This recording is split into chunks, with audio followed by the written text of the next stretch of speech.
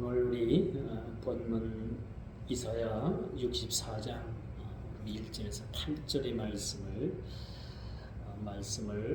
바탕 본문 삼아서 선지자의 기도라라는 그런 말씀의 제목입니다. 사실은 그 이사야서 전체를 지난 23년도에 다 끝내려고 그렇게 계획을 좀 가졌습니다만은 그렇게 다 끝내질 못했어요. 그래서 새해에도 이렇게 이사야서를 이제 3장 정도 남겨놓고 있는데 그래도 이 말씀을 통해서 우리가 새해 우리에게 주는 그런 하나님의 자녀된 우리에게 주는 말씀이 또 새롭게 되어지는 그런 은혜가 있길 원하어서 본문의 말씀을 통해서 피차의 은혜를 받고자 합니다. 우리 그리스도인들의 삶은 어떤 모습이어야 할까? 종종 저는 그런 생각을 해요. 나의 모습이 하나님 보시기에 어떤 모습이어야 할까? 나는 과연 하나님 앞에 어떤 모습일까? 하나님께서 나를 저울로 다루신다면 하나님께서 나에게 함량 충족이라고 하실까? 아니면 조금 모자란다고 하실까? 아니면 많이 모자란다고 하실까? 참 두려우면서도 늘 이런 생각을 합니다.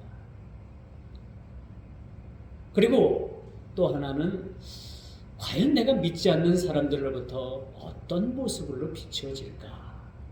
그런 생각을 저는 자주 합니다.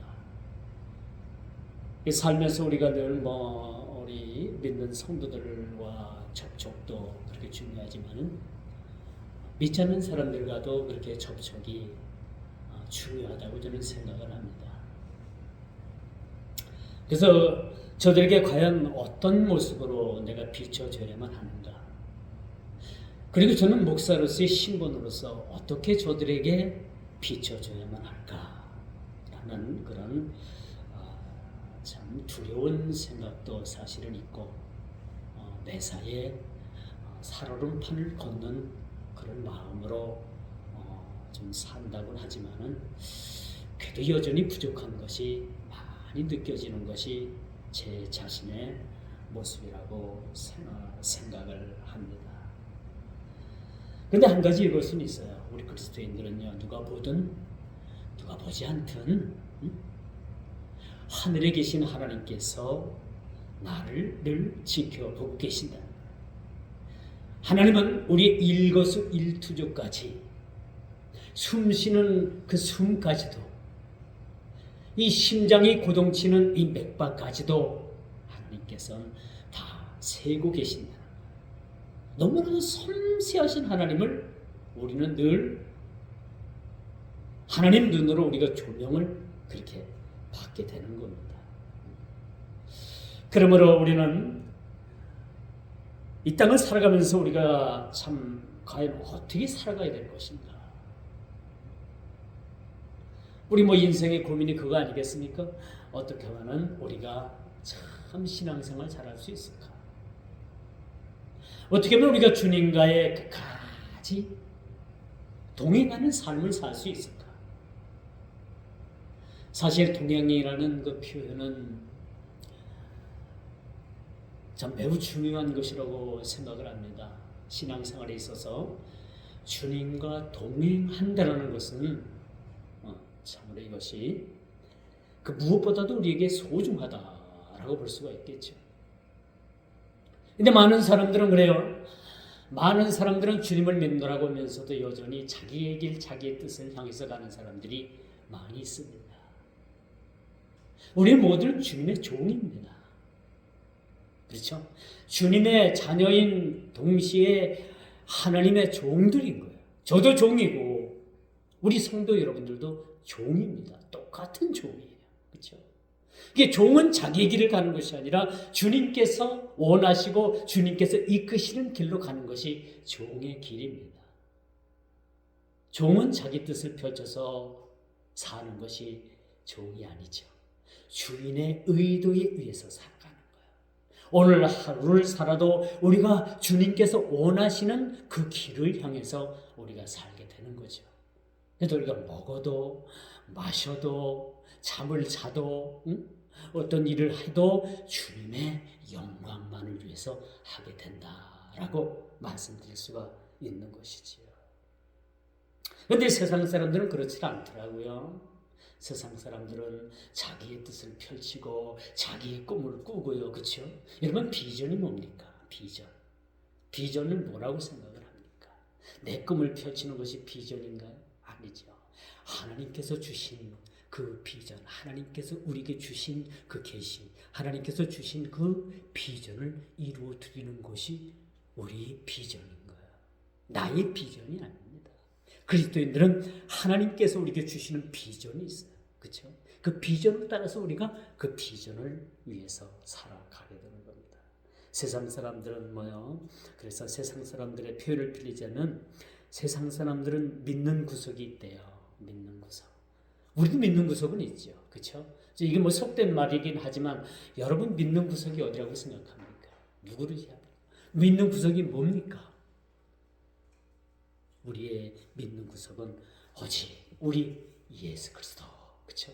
주님 한 분밖에 없는 거예요. 근데 뭐 세상 사람들은 그 믿는 구석을 이야기하라고 했더니 뭐 청와대 빽이 있다. 뭐 자기들은 자기 집안에 아주 가까운 친척이 아주 큰 기업가인데 돈이 많고 우리가 그분들의 혜택을 많이 본다. 그래서 우리는 믿는 구석이 그것밖에 없다.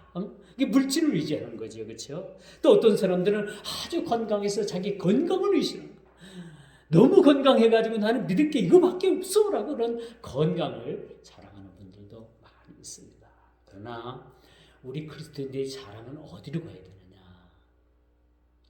우리 그리스도인들의 자랑이 내 자랑, 자기 자랑으로 가면 이거는 신앙이 이제는 뭐예요? 망해가는 거예요. 우리 그리스도인들의 자랑은 내 자랑이 아니에요. 자기 자랑이 아니고 자식 사랑이 아니고 자기 가진 재물 자랑이 아니고 자기 가진 건강의 자랑이 아니라 오로지 저와 여러분들의 자랑은 어디로 가야 되느냐? 예수님 자랑이 돼야 되는 거예요. 그렇죠? 예수님 자랑. 이게 건강한 신앙인의 그런 모습이라고 볼 수가 있습니다. 그래서 여러분 믿는 구석이 어디라고 생각을 합니까? 무엇이라고 생각합니까? 여러분 미천한 그 동물인 토끼도 오염을 생각해가지고 굴을 2개를 파놓는다고 하잖아요. 그렇죠? 이게 아주 미천한 동물들도 이런 믿는 구석을 만들어 놔요. 세상 사람들도 믿는 구석을 어떻게든지 만들어 놓습니다. 그런데 우리는 걱정할 필요 없어요. 우리 믿는 구석이 뭡니까? 바로 예수님. 예수님 한 분이시면은 우리 모든 모든 믿는 것에 충족함을 우리가 이루게 된다고 말씀드릴 수가 있는 것이죠. 그래서 우리가 이스라엘 백성들에게 있어서 믿는 구석은 또 무엇이었습니까? 이스라엘 백성들은 왜 이스라엘 백성들이 하나님의 징계를 받고 먼 나라의 포로로 잡혀갔을까? 우리가 한번 생각해 보자는 거죠. 왜 이스라엘 백성들이 망할 수밖에 없었을까? 그것을 우리가 한번 생각해 보자는 거죠. 자, 그것은 바로 뭡니까? 이스라엘 백성들은요, 하나님을 의지하는 그런 아주 구조적인 그런 인간의 내구조를 가지고 있었던 거예요. 그렇기 때문에 그들은 하나님의 선민의 백성이라고 했습니다. 이 지구상에 수많은 민족, 수많은 족속들이 있었지만은 그 족속 가운데서 가장 이스라엘 백성들을 선민의 백성으로 하나님께서 선택해 주셨던 거예요.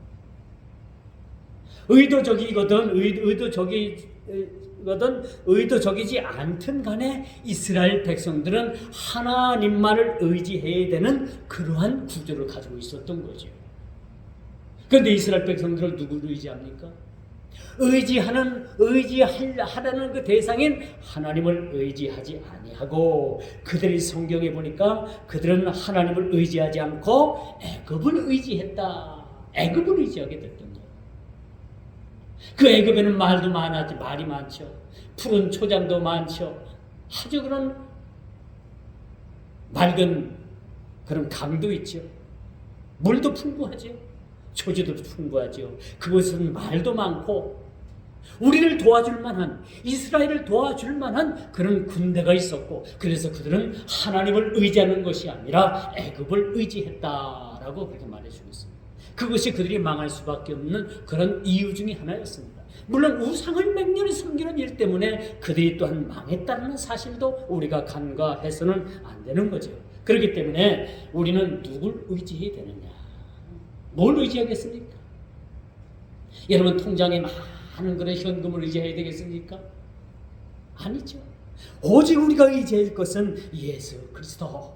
그분 한 분이면 우리에게 족하다는 사실을 우리는 말씀을 통해서 깨닫게 되는 겁니다. 그러므로 우리가 우선적으로 그리스도인들의 삶은 절대적으로 하나님과의 관계입니다. 누구를 의지하느냐? 나의 마지막 보루가 무엇이냐?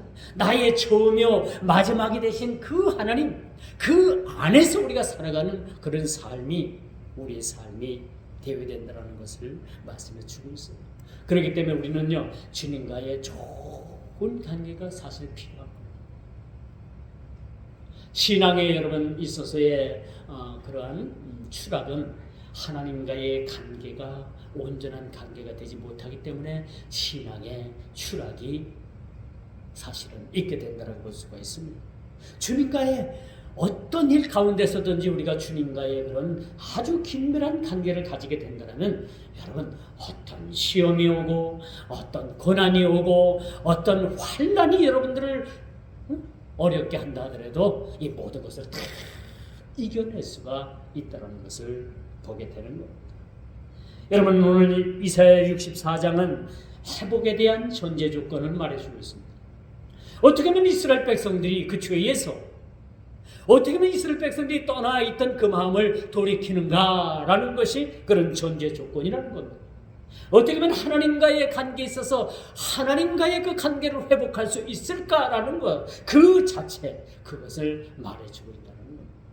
깨어진 하나님과의 관계는 어떻게 하면 우리가 회복될 수가 있겠습니까? 어떻게 해야 되는 겁니까? 우리가 구속사적인 관점에서 볼 때 여러분 하나님께서는 마지막 때 평화롭고 영광스러운 시온성을 예비했다는 거예요. 앞으로 우리가 다가올 평화롭고 영광스러운 그런 시온성을 향해서 우리가 나아가게 되는 겁니다. 이것이 우리 궁극적인 우리가 목적이기도 하죠. 그래서 선지자는 이스라엘의 패역에 대해서 준엄한 심판을 선포한 후에 회복되어야 된다는 거죠. 우리가 평화를 맛보고 영광스러운 자리에 가게 되고 시온성 예비하신 그 시온성을 향해서 우리가 나아가기 전에 우리가 해야 될 일이 뭐냐? 그것은 우리의 패역에 대해서 심판을 선포한 하나님을 바라봐야만 된다는 거예요. 그들의 패역을 하나님께서는요 심판으로서 그렇게 예고하고 있다는 사실을 우리가 보게 되는 겁니다. 이게 실제적으로 그들이 바벨론 포로로 끌려가게 됐고요. 아수르에 의해서 그런 북이스라엘이 멸망을 당하게 되잖아요. 실질적으로 BC 586년에 이젠 남유다가 역사적 관점에서 볼 때 망하게 되는 그런 역사를 우리는 보게 되는 것이죠. 여러분 이스라엘에 대한 비전을 기록하고 백성들에 대해서는 회개에 대한 촉구를 하고 있는 것이 오늘 선지자의 모습입니다. 너희들이 하나님의 비전을 꿈꾸기 전에 너희들이 하나님께서 하시는 일들을 목도하기 전에 백성들에 대해서 회개를 촉구하고 있다는 것을 우리는 보게 되는 거죠. 회개하라는 겁니다. 우리 예수님께서도 그리 말씀하셨고 세례 요한도 그렇게 선포했죠. 그 첫 마디가 뭡니까? 회개하라 천국이 가까워 왔느니라라고 그렇게 말씀해 주고 있습니다. 회개하실 것이 없는 분들은 좀 기분이 나쁘실지도 모르지만 우리가 보편적으로 회개는 하나님의 은혜입니다. 은혜. 우리가 내 마음대로 회개하고 싶다고 해서 회개하는 것도 아니죠.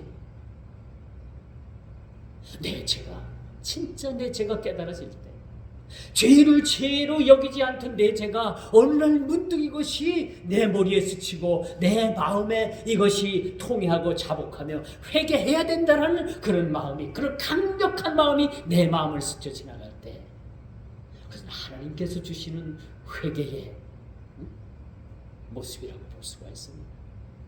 우리가 억지로 회개한다고 해서 회개가 잘 안 되는 것 같아요. 내가 뭐 지은 죄를 돌이켜 보면서 억지로, 이것도 회개는 회개입니다만은 그래도 진정한 회개는 하나님께서 깨닫게 해주시는 거예요. 우리 마음을 찌르듯이, 우리 심령 배부를 쪼개고 찌르듯이 이런 마음을 주시면서 회개하기를, 그런 회개를 촉구하고 있다라고 말씀드릴 수가 있는 거죠. 오늘 이스라엘 백성들 향해서, 그 망해가는 이스라엘 백성들을 향해서 선지자 이사야는 이 말씀을 통해서 이스라엘 백성들이 회개할 것을 그렇게 촉구하고 있다는 거죠. 당시 이스라엘은 매우 패역한 상태였습니다. 유다는 외세의 위협으로부터 국가의 운명이 풍전등화와 같은 그러한 위기에 놓여 있었던 상황입니다. 이런 상황에서, 이런 현실에서 이사야는 백성들에게 회개해야만이 산다는 거죠. 회개해야만이 그것이 살 길이라는 것을 가르쳐주고 있다는 것입니다. 여러분, 패역한 백성들은 하나님께 돌아오기를 거부합니다. 여러분, 결정적인 것은 이렇게 선지자는 백성들을 향해서 회개할 것을 촉구하고 있지만은 이렇게 모든 것이 패역되고 패역한 이 백성들의 마음은 돌이키기를 원치 않고 있다는 거예요. 회개하기를 원치 않고 있다는 겁니다. 수많은 사람들이 우리가 지금까지 평화를 누리고 지금까지 이렇게 잘 지내왔는데 나라가 망한다는 것은 말도 안 돼. 우리가 뭘 잘못했다고 하나님 앞에 회개하라는 거야. 지금까지 우리가 평화를 누리고 지금까지 우리가 모든 일들이 다 잘 됐는데, 그러므로 선지자의 이 회개의 촉구를 그들은 받아들이지 않았다는 것입니다. 그들은 진정으로 하나님께 돌이키기를 거부했다는 사실이에요.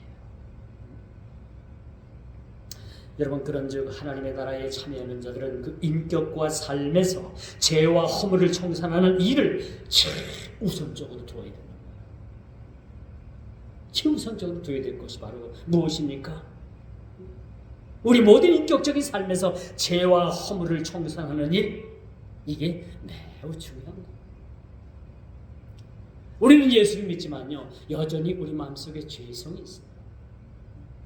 죄의 마음을 가지고 있다. 내가 남의 것을 훔쳐오지 않아도, 남을 때려서 남에게 상해를 입히지 않아도 우리가 짓는 그런 죄들이 있어요. 마음으로 짓습니다. 아직도 우리 마음을 우리가 완전히 컨트롤하지 못하는 것이 우리 인간입니다.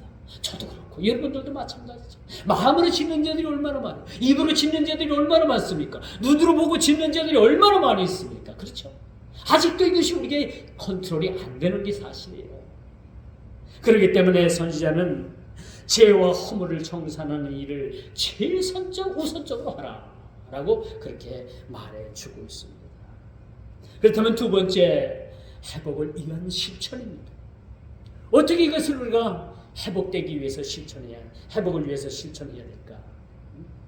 이스라엘을 회복시키는 그런 바탕은 하나님의 거룩함을 우리도 회복하는 거예요. 하나님은 말씀하십니다. 내가 거룩하니 너희도 거룩하라. 마땅한 거죠. 아버지가 거룩하니까 그 자녀된 자녀도 거룩해야 된다는 것이 마땅하다라고 그렇게 말씀해 주십니다. 하나님의 이 거룩성, 이 거룩함을 우리도 본받아 회복해야 됩니다.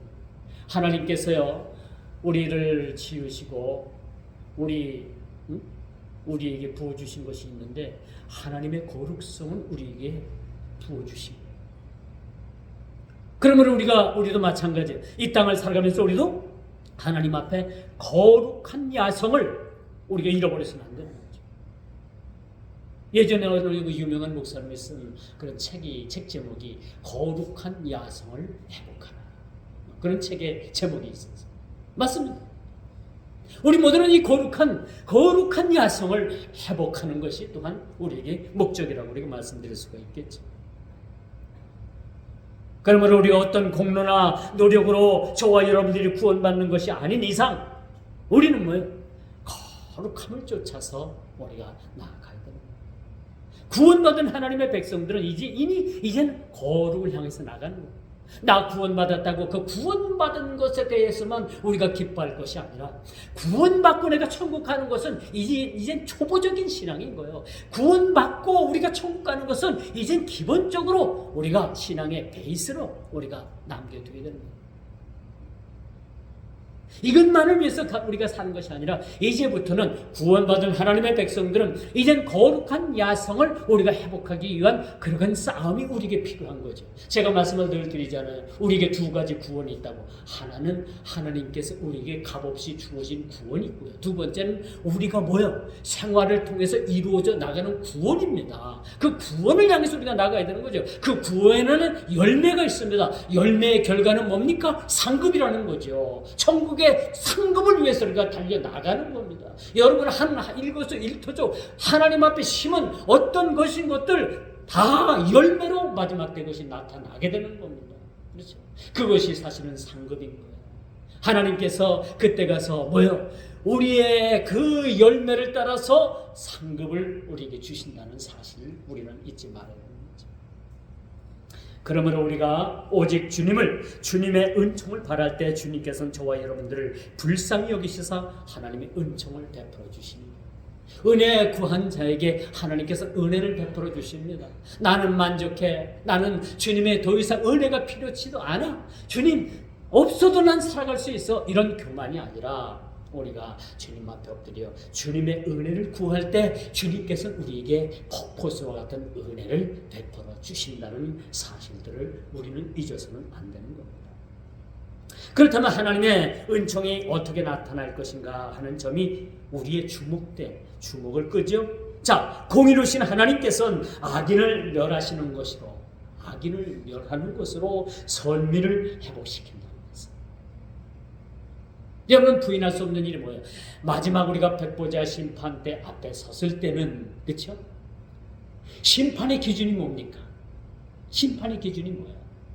내가 믿었느냐 믿지 않았느냐 단 요거 한 가지. 심판의 기준이 뭐라고요? 믿었느냐 믿지 않았느냐. 아주 단순합니다. 이걸 이분법적으로 해석해도 상관이 없어요. 믿지 않으면은요, 아무리 이 땅에서 덕을 쌓고 도덕 군자로 세상을 살아갔다 할지라도 믿지 않으면은 그는 지옥 갈 수밖에 없는 겁니다. 이건 부인할 수 없는 사실이에요. 그러므로 공의로우신 하나님께서는요, 악인을 멸하시는 것으로 선민을 회복시키는 것이 마지막 때 심판의 그러한 모습이라고 볼 수가 있습니다. 그때는 모든 것이 다 회복이 됩니다. 주님 오셔서 심판하실 때는 모든 것이 완전한 구원으로 모든 것이 회복이 됩니다. 완전한 하나님 나라, 완전한 구원, 완전한 우리 모든 인격체, 그런 일들로 우리가 하나님 앞에 서게 된다는 사실을 우리는 기억을 해야 합니다. 요즘 이스라엘과 그 가자 지구에 있는 하마스와 멈출 수 없는 그런 악의 일전을 치르고 있죠. 요즘 가자 하면 뭡니까? 가자에 있는 하마스와 지금 이스라엘이 아주 그냥 너무나도 아주 처절한 싸움을 하고 있는데, 이 가자라는 것이 여러분 제가 말씀을 드렸듯이 누가 가서 실패한 곳이에요. 성경에는 구약에는 가사로 나옵니다만 누가 가서 실패했습니까? 삼손이 가서 실패한 곳이 가자입니다. 오늘 그렇게 치열하게 싸움을 하고 있는 곳이 삼손도 가서 거기에서 실패하고 거기서 두 눈이 뽑혔다니까요.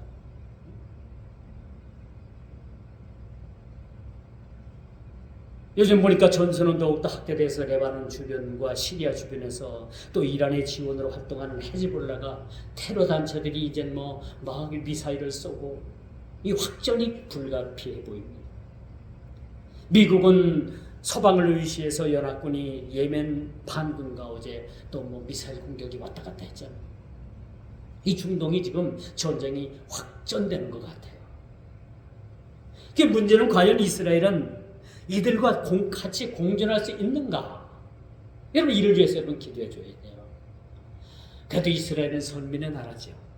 그런데 그 주변 국가들도 사실은 뭡니까?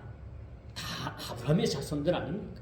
다 구원받을 대상임에도 불구하고 이렇게 그렇게 종교적인 그런 이념 전쟁을 하고 있습니다. 지금 싸움이 뭐예요? 사실은 종교 전쟁인 거예요. 석유 싸움도 아니고요. 과거에 중동전은 미국을 위해서 싸움이 벌어졌는데 석유 때문에 그 자원 때문에 싸움이 벌어졌는데 오늘날 이 싸움은 철저하게 종교적인 싸움인 거예요. 종교적인 싸움입니다. 그래서 우리가 기도해야 돼요. 양쪽을 위해서 다 기도해야 합니다. 근데 왠지 우리가 팔은 안으로 굽는다고 이스라엘을 위해서도 기도하게 되더라고요. 왠지 이건 저 느낌이라고 생각할 수도 있겠지만은 그래도 이스라엘을 더 우리가 조금 응원하는 것 같아요. 그래서 여러분 참 이렇게 세계 정세가 지금 긴박하게 돌아갑니다. 여러분 정초에는 북한 정권이 남한을 초토화시키겠다고 그 해안포 포문을 열어가지고 서해안에다가 막 포를 쐈잖아요. 어제는 보니까 1960년부터 그렇게 방송을 했던 평양방송이 어젠가 그제 아마 더 이상 전파를 그렇게 내보내지 않는다고 합니다. 그리고 이 상황을 보고 미국에서는 곧 전쟁이 일어날 것이다. 김정은이 전쟁을 하려고 한다라는 이야기도 나오고 있습니다만 여러분 전쟁과 전쟁의 소문은 참 납니다만 주님은 그렇게 말씀하시잖아요. 전쟁과 전쟁의 소문이 있지만은 그래도 그것은 끝이 아니다. 시작일 뿐이다라는 얘기죠. 그리고 전쟁은요 하나님께 속한 겁니다. 여러분 걱정하지 마시고 나라를 든든히 지키는 국군도 있고 참 우리 믿는 자들에게는 하나님의 군대가 있지 않습니까? 하나님의 군대, 그렇죠? 그 군대를 동원해서 모든 붉은 무리들을 도멸해달라고 여러분들이 기도해야 되는 거예요. 이 지구상에는요 있어서는 안 될 그런 붉은 무리들이 함께 공존을 합니다. 이런 붉은 무리들이 하루속히 도멸당하게 달라고 여러분들 참 그냥 무릎 꿇고 우리가 열심히 기도해야 되는 것이 저와 여러분들의 몫이라고 하더라고 말씀드릴 수가 있습니다. 이 결과적으로 여러분 악은 어떤 모양이라도 척결돼야 되는 거예요. 하나님께서 왜 이 지구상에 그런 붉은 무리들을 여기저기 이렇게 세워주셨는가? 우리가 정신 차리지 못할 때 하나님께서는 그들을 매로 사용하시는 거예요. 매로. 북한 정권을 왜 하나님께서 세웠다고 생각을 합니까? 우리가 역사적인 관점을 그걸 떠나가지고 영적인 안목을 우리가 한 관점에서 생각해봐요.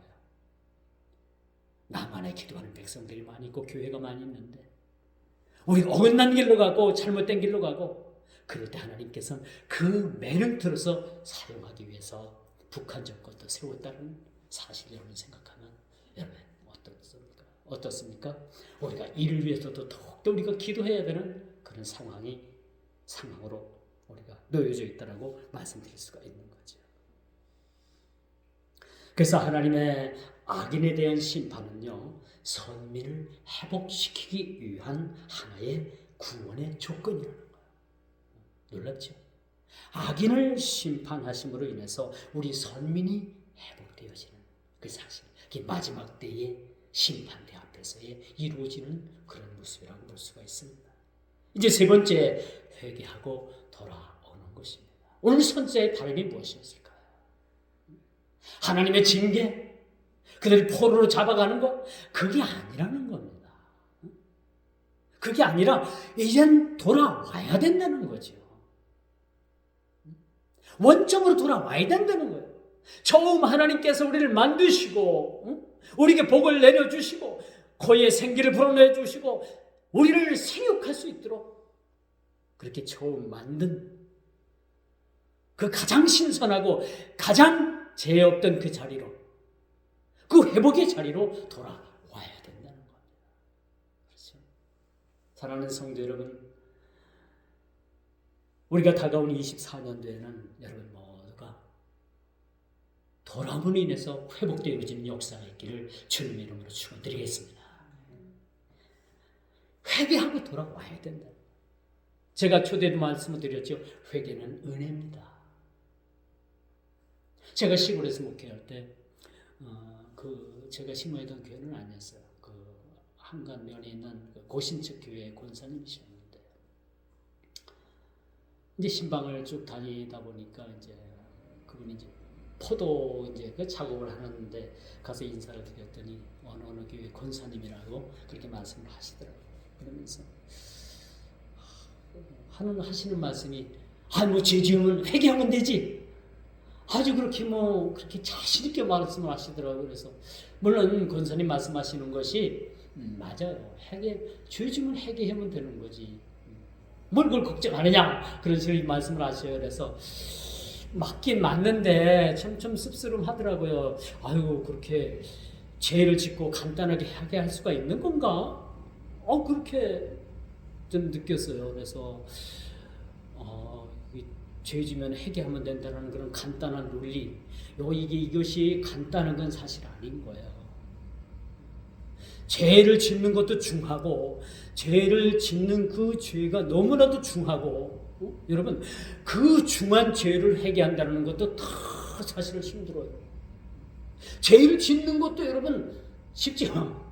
근데 그 죄를 회개하는 게 여러분 너무너무 어려운 거예요. 그 깨닫기까지 그 일련의 과정이 얼마나 어려운 줄 아십니까? 그래서 저렇게 쉽게 말씀하실 수 있을까? 그렇게 제가 생각을 한 경우도 있었습니다만 여러분 이제는 회개하고 돌아오는 겁니다. 참거나 회개하고 돌아와야 되는 거예요. 그래서 선지자는 이스라엘 백성들이 회복되기 위해서는 가장 먼저 회개하고 하나님께 돌아와야 되는 거예요. 하나님께서는 우주의 주님이십니다. 역사의 주관자가 되십니다. 죄악의 백성들을 사망으로 몰아갈 때 선지자는 하나님의 구원을 베풀어달라고 그렇게 무릎 꿇어 기도한 그것이 뭐냐? 백성들이 돌아오기까지 저들이 회개할 수 있도록 하나님께서 회개의 은총을 베풀어 주옵소서라는 그런 선지자의 간구를 우리는 간과해서는 안 된다는 사실을 우리가 보게 되는 것이죠. 지금 당하는 고난이 죄악으로 인함이라면 그 죄악으로 인함이라는 것을 깨닫게 된다면 그것은 말할 수 없는 우리의 하나님의 은혜입니다. 죄를 짓고도 죄를 죄로 여기지 않는 것은 양심의 화인을 맞게 되면 그렇게 되는 거예요. 그렇기 때문에 그런 사람들은 죄를 자꾸 반복해서 죄를 밥 먹듯 합니다. 죄를 죄로 여기지 않는 거예요. 우리가 가장 크게 경계해야 될 것이 뭐냐? 죄를 죄로 심각하게 여기는. 남의 집에 가서 바느질하는 거 바늘 하나 우연찮게 호주머니에 넣고 온 것도 여러분 이것도 심각하게 보는 죄로 우리가 여겨야 되는 거예요. 이런 것 자체를 하찮게 여긴다면 남의 집 외양간에 메어진 소도 스스럼 없이 풀어서 끌고 올 수 있는 그런 죄에 대한 담대함이 생기는 겁니다. 그렇기 때문에 그 죄를 경계하라는 거예요.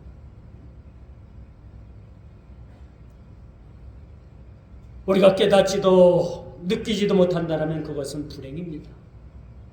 5절, 6절, 7절이 바로 이를 지적해주고 있어요. 오늘 본문의 말씀. 선지자는 끝으로 토기장이 비유를 들어 아버지의 은혜로서 처분만을 잠잠히 기다리겠다라는 말씀. 토기장이 비유를 들어가지고 우리를 회개케 하옵소서. 우리를 회개케 해서 돌아오게 하옵소서. 하나님께서 원하시던 이 자리로 돌아오게 하여 주옵소서라는 그런 선지자의 간구를 우리가 보게 되는 겁니다. 그리고 하나님의 주권과 권위 아래 주님의 처분만을 기다리겠습니다 라는 선지자의 그런 기도의 모습을 우리가 보게 됩니다. 이제 멸망을 앞둔 유다를 바라보면서 일어날 미래의 일들이 불행으로만 치부되는 것이 아니고 고난을 통해서 신앙이 회복되고 주님의 관계의 회복성, 그 회복의 중요성을 말해주고 있다고 볼 수가 있습니다. 선지자는 오늘 이젠 유다가 장차 멸망해 보는 것을 그가 보고 있어요. 멸망해가는 그 멸망을 앞둔 그 유다 백성들을 보면서 회개해야 된다라는 그런 강조점을 그들에게 그렇게 어필하고 있다고 우리가 볼 수가 있습니다. 자, 이제 말씀의 결론을 맺습니다. 여러분, 그리스도인이면서 그리스도인답지 않다. 다시 말씀드릴게요. 그리스도인이면서 그리스도인답지 않다라는 말을 들을 때 어떤 생각이 옵니까? 충격이 오겠죠. 그래도 내가 나름대로 예수를 믿고 내가 나름대로 목사고요, 그렇죠? 나름대로 내가 집사고. 그런데 나를 세상이 바라보기를, 타자가 바라보기를 그리스도인답지 않다, 예수 믿는 사람답지 않다, 예수 믿는 것 같지 않다라는 말을 하면 여러분 어때요? 순간 섭한 생각도 들지요. 그렇지 않겠습니까? 그러나 이 물음이 가장 위험하면서도 또한 자신을 돌아보는 그런 계기가 된다면 그것은 그리 기분 나쁜 일은 아니라는 겁니다. 그렇죠? 여러분, 우리가 말하지 않으면요, 우리가 가서 전하지 않으면 돌들이 소리를 지르는 거예요. 주님께서도 그렇게 말씀하시잖아요. 세상 사람들이 나를 평가하는 그 평가가 어찌 보면 그것이 바로메타일 수도 있습니다. 나를 보는 거울일 수도 있는 거예요, 사실. 왜? 하나님께서는 그 이방인들을 통해서 나를 책망할 수도 있다는 거예요. 그렇기 때문에 우리는 겸허히 받아들일 수 있는 그러한 우리 마음가짐도 필요한 거예요. 우리가 그리스도인이지만은 그리스도인답지 않다라는 그런 평을 들을 때 뭐야? 우리는 우리 자신을 돌아봐야 됩니다. 왜 내가 이런 평가를 받고 이런 말을 왜 내가 듣게 됐지? 상대방을 원망하고 섭섭한 마음이 있기 전에 나를 돌아보는 그런 마음들이 사실은 필요한 겁니다. 오늘 이사야 선지자가 백성들을 향해서 회개하고 돌아와야 된다, 그 죄를 지적하는 그런 모습과도 우리가 같은 것이라고 볼 수가 있습니다. 요즘 가짜가 진짜 같은 시대에 살아가고 있습니다. 그렇죠? 가짜를 너무나도 진짜같이 잘 만들어내는 그런 세상에 살아가고 있어요. 베트남에 가면요, 여러분, 어느 시장에는 아주 짝퉁 천국이래요. 짝퉁 천국. 똑같이 그럴싸하게 만들어냅니다. 중국에서 만든 모조품은요, 너무나도 겉은 겉모양은 똑같다고 하죠. 이 중국 제품이 싼 맛에 삽니다. 싼 맛에 사요. 근데 머지않아 바로 고장이 납니다. 얼마 쓰지 못해요. 중국에서 만든 이 모조품은 진짜 같아요.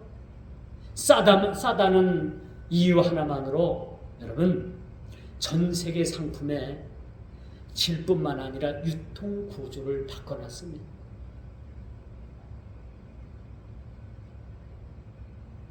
여러분, 중국의 알리익스프레스라는 그러한 곳을 여러분 알고 계시는지? 또 여러분, 알리가 이제 뜨고 나니까 테무라는 중국의 그러한 인터넷 쇼핑몰이 있습니다. 거기는요, 우리나라 제품의 10분의 1 가격이면 산 가격도 있어요. 거의 똑같이 만들었습니다. 같은 기능을 가지고 있다고 봐요. 그런데 사서 그걸 쓰다 보면 이런 물건 쓰지 못하겠다라는 생각을 우리가 가져요.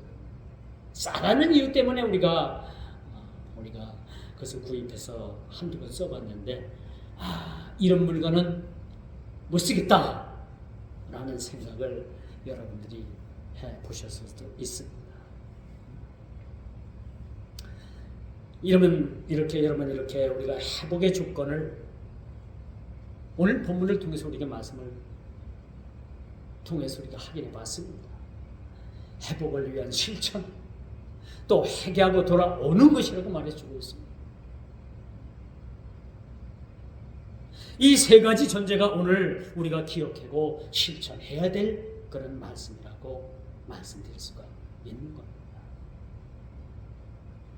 가짜가 판을 치는 이 세상, 가짜가 진짜같이, 여러분 가짜약을 팔기 위해서는 그 가짜 약장수가 어떻게 해야 됩니까? 그 가짜약을 팔기 위해서는 진짜같이 그렇게 광고를 해야 되는 거예요. 제가 어렸을 때 시장 어귀에 가면은 그 쌍화탕만한 병에다가 뭘 넣는지 모르지만 만병통치약이라고 해서 그걸 팔았어요. 그 병에, 쌍화탕만한 이 병에, 바카스병만한 이 병에 무엇이 들었는지도 모르고 많은 사람들은 만병통치약이라고 하니까 그걸 많은 사람들이 사갔습니다. 저희 부모님들도 사온 적도 있습니다. 뭔지도 모르고 먹습니다. 요즘 같으면 큰일 나죠. 어떤 성분인지도 모르고 그걸 먹습니까? 좋다고 하니까 먹은 거예요. 그 약장수가 하는 말, 이거 먹으면 만병통치약입니다. 이 가짜약을 진짜같이 파는 거예요. 여러분, 우리가 신앙생활을 잘 하려면요, 진짜 가짜를 진짜 잘 구별해야 돼요. 죄송합니다만 교회 안에도 우리 교회는 교회가 적고 성도도 얼마 안 되니까 다 진짜만 계십니다만 수천 명 모이는 교회, 수만 명 모이는 교회 안에도 진짜가 있고 가짜가 있을 거예요. 그렇죠? 주여 주여 하는 자마다 다 천국에 이를 자가 아니라고 했습니다. 양과 염소를 섞어놨습니다. 마지막 때는 구별한다고 했습니다. 여러분, 우리가 신앙생활 잘 하려면요, 진짜 가짜를 진짜 잘 구별해야 돼. 그렇죠? 그리고 나는 진짜인가? 라는 것도 한번 생각해요. 내 자신을 먼저 돌아보는 거예요. 그리고 진짜 가짜를 잘 구별하면요, 여러분 신앙생활 승리할 수 있습니다. 그렇죠? 실패하지 않는 거예요. 아무리 여러분 신천지가 그냥 양의 탈세가 들어와도 그들은 언젠가 그것이 드러나게 돼 있는 거예요. 가짜는 언젠가 드러나게 돼 있는 겁니다. 그렇죠?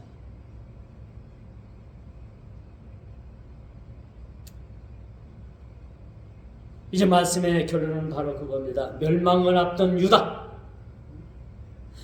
회개의 자리로 돌아와야 되는 겁니다. 회개할 거 없다고요? 없으면 너무나도 감사한 겁니다. 있다라면 이제는 회개의 자리로 돌아와야 돼요. 회개하고 우리가 있을 이 자리로 돌아와야 돼요.